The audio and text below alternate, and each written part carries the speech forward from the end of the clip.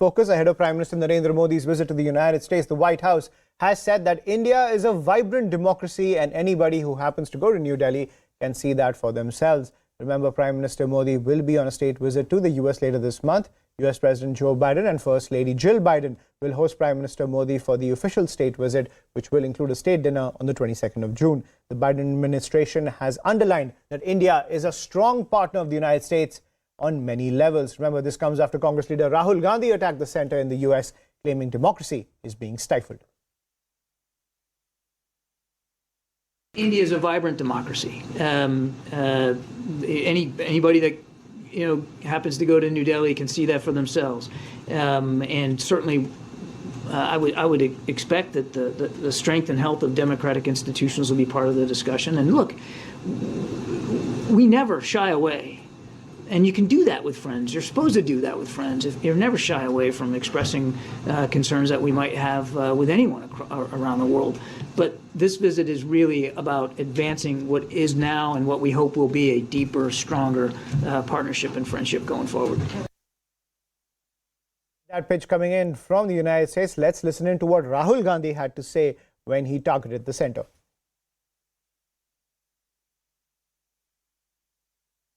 There is a challenge in India. There is an attack on the democratic structure of our country. Full-scale attack on our institutions, on our judiciary, on our media. And it is your responsibility and our responsibility to defend the idea of India. And the idea of India, the central piece of the idea of India, is our constitution and our democracy. Modern India cannot exist without our constitution and without our democracy. जब जब भारत नए कीर्तिमान स्थापित करता है, जब जब भारत के नेतृत्व की थाथी बनती है, एक उसका लोहा लोग मानते हैं, तब तब हमारे कांग्रेस के युवराज राहुल गांधी बढ़ते गौरव से पता नहीं उनको क्या समस्या हो जाती है। यह गौरव उनको पछता नहीं है, यह गौरव उनको अच्छा नहीं लगता है। और ऊपर से आप कहते हैं कि हम मोहब्बत की दुकान चला रहे हैं। अरे आप नफरत का मेगा शॉपिंग मॉल खोल करके बैठे। Rabinder Sachdev, Foreign Affairs expert on the broadcast. Thank you, Mr. Sachdev, for joining us on CNN News 18. This pitch coming in from the United States that India is a vibrant democracy. Of course, diplomacy is on its side and politics is on the other side. But do you think it's fair for Rahul Gandhi, who has served as president of the largest opposition party, to make such statements on foreign soil that democracy is being stifled in India? Well, thank you so much.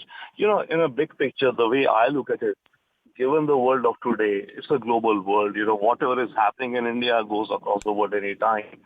So in that sense, the physicality or the location of something, in a way, a little bit becomes immaterial. Whatever you say will spread around the world. That's one. But secondly, generally on a foreign land, political leaders definitely should avoid, harsh criticisms. Enough they can make some, given the nature of politics and given the nature of the differences of their worldviews, sure enough they can convey some things. But, a sharp attack or sharp criticism, I think, is something absolutely avoidable. Right, so it's absolutely avoidable. Also, Mr. Sachdev, when it comes to Rahul Gandhi's statements in the United States, he also made similar statements in the United Kingdom as well.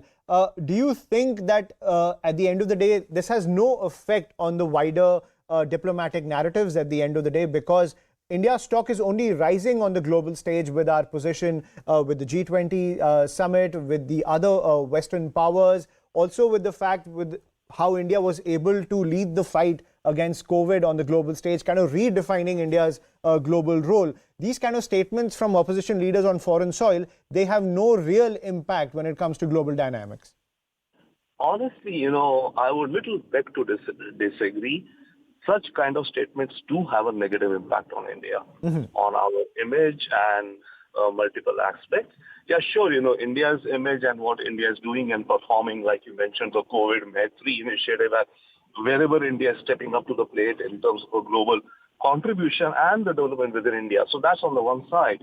But on the other hand, you see, when these statements are made on foreign soil, whatsoever it be, there are Indian diasporas who are listening, even if they don't agree with Rahul Gandhi, some of them or many are. And then secondly, foreign governments are listening. And, more than foreign governments, foreign politicians are listening. There's a difference between, the State Department makes an official statement and says, yeah, everything is good between India and the US. Yeah, that's the American government saying it, right? But the political leaders, which is the members of the US Congress or in the UK, the members of parliament, be it, or especially the opposition parties to the government in power, they listen to it and it does impact. I mean, you can see it from the kinds of questions which are asked, I think yesterday or today. The State Department was asked about the democracy in India, and John Kirby, he said, we feel it's absolutely fine, go to Delhi, experience it, right? Mm-hmm. The question is, such questions are coming up. Right. And these questions come up because of these discussions or the statements which are made by leaders like Rahul Gandhi. So they do have some impact. So they do have some impact, right? Yes, certainly, unfortunately. Right. Thank you, Mr. Sachdev, for sharing your perspective. That's all we have to pack in on the show.